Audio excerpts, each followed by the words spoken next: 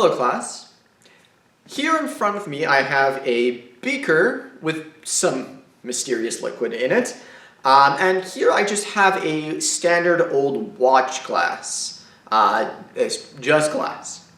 Now what I'm going to do is I'm going to pour this beaker out onto this watch glass. And let's see what happens here. Now I have to be quite careful when I do this. Let's see what happens. Now, if I were to get you to touch this beaker, you would see that this beaker is actually exceptionally cold.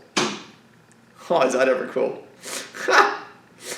This beaker is very, very, very cold. Yet, this weird structure that just formed is actually very hot. It's touching the bottom here. It's at least 40 degrees. Okay? It's at least like 40 degrees. So I took a really cold liquid, and when I poured it out, it became a hot solid. Somewhat defies everything we know about liquids and solids. So what did I do? What was this mysterious liquid, and why was I able to build this crystal castle out of this liquid? That is the question we are going to be exploring today. So we have talked about how things dissolve, but what affects how fast they dissolve? So we're going to explore now the solvation rate, the rate at which your thing dissolves. How fast does it dissolve? So, solvation rate is affected by three different factors. The first is the amount of surface area exposed to the solvent. As you increase surface area, you increase the area over which your solute and solvent can interact, and thus you are going to increase the rate of solvation. So, surface area is a major one. For example, let's say you wanted your sugar to dissolve faster in your coffee in the morning. What could you do? Well, if you had large grain sugar or powdered sugar, you could lean towards the powdered sugar, right? The more you crush that sugar up, the greater its surface area will be, and thus the faster it will dissolve. What else affects it? Well, you could stir the sugar coffee mixture, right? So when your sugar's sitting at the bottom of your cup, it doesn't take long for the solution right above the sugar to become saturated. All of that solvent directly at that interface between solid and liquid is bound to dissolved particles. So stirring it will allow those particles that have been dissolved to spread throughout your solution, and it allows fresh solvent to come into contact with that solute. Right? I'm not sure if any of you here have put sugar in your coffee before, you didn't stir it up. It was like super bitter until you got to the bottom, and then it was like hyper sweet. Well, that's the reason why. It takes time for that saturated sugar solution to diffuse throughout your cup. Stirring it up, allowing that diffusion to occur faster and bringing fresh solvent in will dissolve that solute faster. So, surface area stirring, and last we have heating it, increasing the kinetic energy. Right? If we had a glass of cold water and a glass of hot water, which one would cause the sugar to dissolve faster? Well, the answer is the hot water. Well, why the hot water? Why will it dissolve faster in hot water? Well, first up, in a hotter solution, the particles are moving faster, and thus they will have a greater rate of diffusion. So that situation I was talking about where you have that super saturated sugary solution on the bottom of your cup, it will diffuse out throughout the mixture faster. So it will increase the rate of dissolution. Now, also to take into consideration is the fact that the amount of solvent-solute interactions will increase as well. These particles are moving faster, your solvent that is, and thus there will be more collisions, aka interactions with your solute. And another thing that happens is, well, what happens when you increase the kinetic energy of a solid, right? They're sitting there vibrating, you increase the kinetic energy, their vibrations will grow. It makes it a lot easier, it requires less of a tug to remove them from their solid state. So those are the three factors that affect the rate at which something will dissolve. Now, what about solubility? What about the terms we use to describe solubility? I gave you an example at the start of this lesson about one of those specific cases. So first up, let's define what is solubility. Well, solubility describes the amount of solute that will dissolve in a given quantity of solvent at a given temperature. So temperature does play a role in how soluble something is. Now, there are three ways in which we can describe how soluble a substance is in a solution, or what the level of dissolved solute is in solution. The first is a saturated solution. Now, if we have a saturated solution, this is a solution that has the maximum amount of solute possible dissolved into it at that given temperature. So when it comes to for example, the solution I used at the start of class that obviously wasn't water, that was actually sodium acetate. I took sodium acetate and I added some water to that sodium acetate, and at room temperature, it was a really small amount of water and there was still a lot of solid sodium acetate sitting at the bottom. Now, that solution there would be a saturated solution. So if you add more solute to the solution, it will not dissolve. The extra solute will fall to the bottom of the container. I tried doing this all the time when I was a kid. I'd make Kool-Aid, I wanted it to be more sweet, so I'd add more sugar, and to my dismay, it would just pile up on the bottom of the container. So that's not to say that this solid at the bottom, there's nothing happening to it. It's just at that point, the rate at which your solute is dissolving is going to be equal to the rate at which it is recrystallizing. So at that point, you cannot dissolve any more solute in your solution. Next up is unsaturated. This is a solution that holds less than the maximum amount of solute possible at a given temperature. So your solution can still have more of that solute dissolve. So for example, if we add more solute to the solvent, it will dissolve. And you could say, for example, sugar.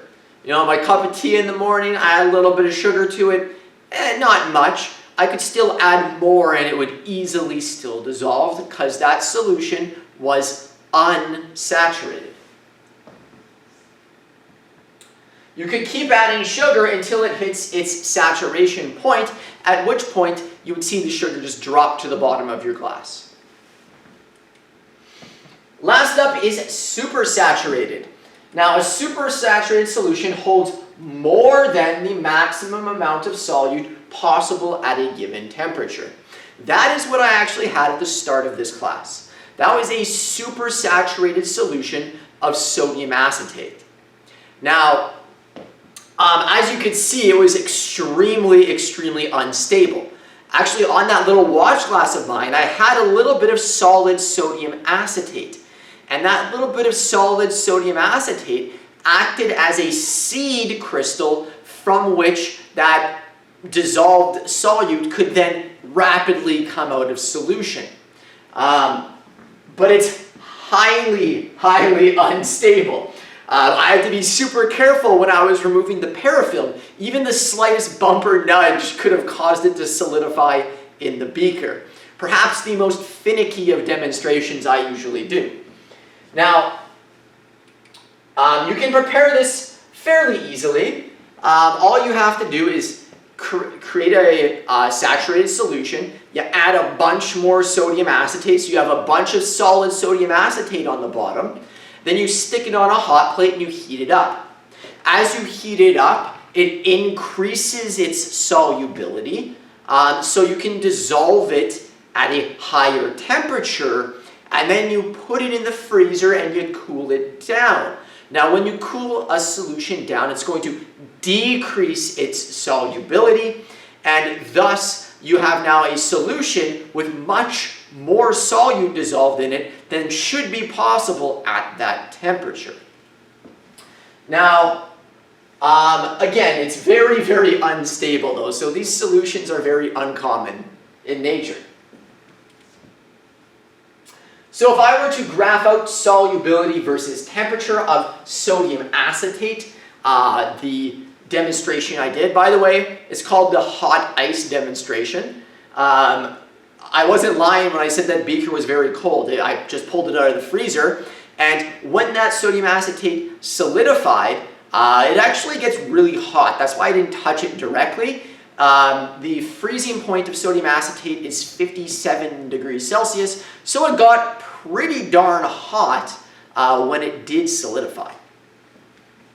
Now, if we look at this graph, here it says solubility. This is the grams of solute per 100 grams of water. And you can see as we increase temperature, the solute becomes more soluble in solution, aka you can dissolve more of it.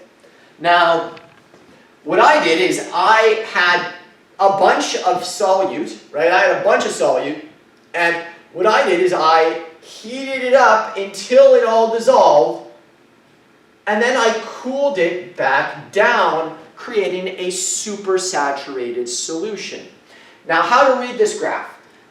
If you have any point below the line, right? Let's say I had 50 grams of solute. Well, 50 grams of solute at our temperatures given, well, that's going to create an unsaturated solution no matter what my temperature, right? It's going to be on this line here. Now, this purple line, that represents your saturation point, or the solubility of your substance in that liquid. So this here, this solubility line, this represents a perfectly saturated solution. Now, if we had more solute dissolved than here, that would represent a supersaturated solution. Again, that's what I created at the start of this lesson. So, rack your brains. You've heard a bit about solutions, you've heard a bit about saturated and how I made that supersaturated solution, a little bit about temperature. How then can we create a saturated solution? I give you an unsaturated solution, right? Let's say I gave you a beaker with a little bit of dissolved salt in it and water. So we have a salt solution and it is unsaturated. How then could you make that saturated? What are some ways? Well, we could just add more solute for one. We could just keep adding salt until it literally cannot hold anymore. It could not dissolve anymore. At that point, it would be saturated and our salt would start to just build up on the bottom. What else could we do? Well, we could remove solvent. Let's say, actually, how do we make sea salt? What's the ancient method by which we make sea salt? We take water, seawater that is, we spread it out, we let it evaporate, and what's left afterwards is the salts. So you could remove the solvent, you could let it evaporate away, you can boil it off to recover your solute, right? You could theoretically allow it to evaporate until you reach that saturation point. What's the third way? Now, unfortunately for you guys, we would usually do a lab on this, but obviously we're not going to be able to. The third way is we could change the temperature, right? We can change the temperature.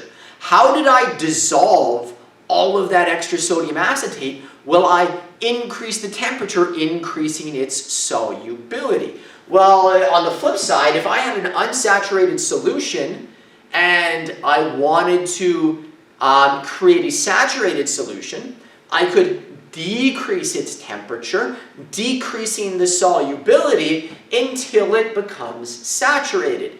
Eventually, you would hit a point where you would start to see crystals forming on the bottom, right? You would have solid coming out of solution because you have hit that saturation point. So those are three ways you could theoretically create a saturated solution from an unsaturated one. Okay, so now let's explore the factors that affect solubility. How much would dissolve at any given point? The first one we have explored already is temperature. But I'm going to add here a little bit of nuance because it's not as simple as I made it sound. Because the solubility will depend upon the heat of solution. So for heats of solution that are endothermic, we find that the solubility increases with increasing temperature. So the whole sodium acetate example, right, where as I increased temperature, I increased its solubility. As we decreased temperature, we decreased its solubility. So sodium acetate in water has an endothermic heat of solution. On the flip side, if we have an exothermic heat of solution, we see the opposite effect. We see that by increasing temperature, our solubility will actually decrease, and by decreasing temperature, our solubility increases. So something to keep in mind, most of the time we are going to be exploring endothermic heat of solutions. Most of the time as we increase temperature, we increase solubility. But there are exceptions with exothermic heats of solution. Those solutions, we see the opposite trend. Alright, the other two are going to be molecular size and polarity. So with molecular size, the larger the molecule, the lower its solubility. And this has to do with the fact that it's a larger molecule, and thus to solvate it, to surround it with interacting solvent particles, it's going to take more solvent. That solvent is now bound to that solute, and thus there will be less free solvent within your solution. So the larger the particle, the less can actually dissolve, because for each particle it takes more solvent. And last is polarity. Now, remember, what's the rule? It's like dissolves like. And that is true, but not all substances have the same polarity, right? Just because it's polar, it doesn't mean that all of them have the exact same separation of charge. The more polar your molecule, the greater the difference in the polarity of your atoms, the more soluble it will be in water. So polarity does play a role as well. So next lesson we will be exploring gases, and we will be exploring scuba divers and some of the dangers that come with scuba diving. As well, we're going to explore how is it that Coke and Pepsi get those bubbles in their soda. Right on. Have a good day, everyone.